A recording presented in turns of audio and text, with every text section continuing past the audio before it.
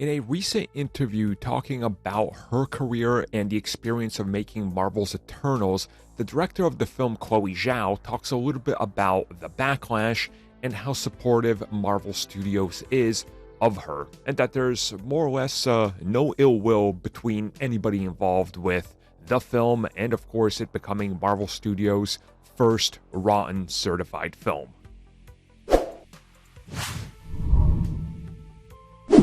So this comes at us from an interview with the Radio Times, where Chloe Zhao was talking about her career so far and, of course, landing that big gig with Disney and Marvel Studios that would become the Eternals.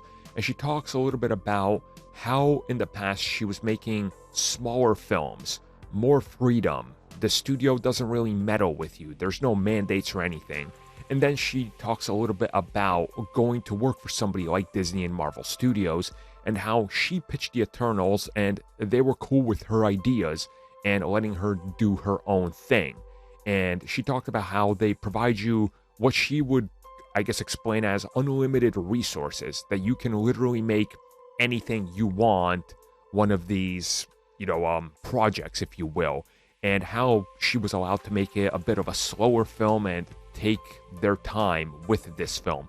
And she talks about how proud she is of everything and how Marvel Studios didn't necessarily, say anything bad to her about the film's reviews and reception, because obviously, it's rotten, fans are split on it, it's the first stain on the MCU, if you will, and that's obviously always going to be there.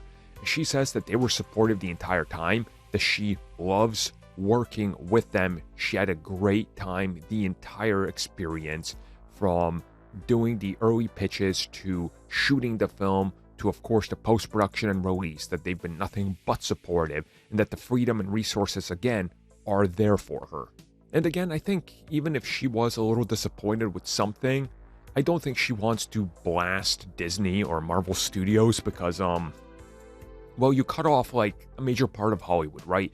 And they were willing to take this insane idea you pitched them and see it through.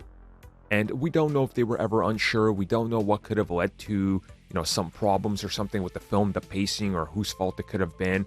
But again, if she's talking very positively about them, despite all these rotten reviews, and addressing them and talking about the fact that despite all the backlash, they're still great to work with and supportive of her, that tells me that they're not necessarily pulling a Zack Snyder to her and going, well, you ruined everything, now we're going to pretend you don't exist, right? They're not pulling a WB Zack Snyder.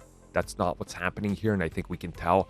And I'm honestly, happy to see that because, again, Eternals might not be my favorite thing they've done. Certainly not. But it still has its place, and it's important to the overall future of the MCU. But whether she returns or not, I guess that's going to be kind of a different story. We'll talk about it at a different time, and maybe in what capacity do the Eternals return in as well.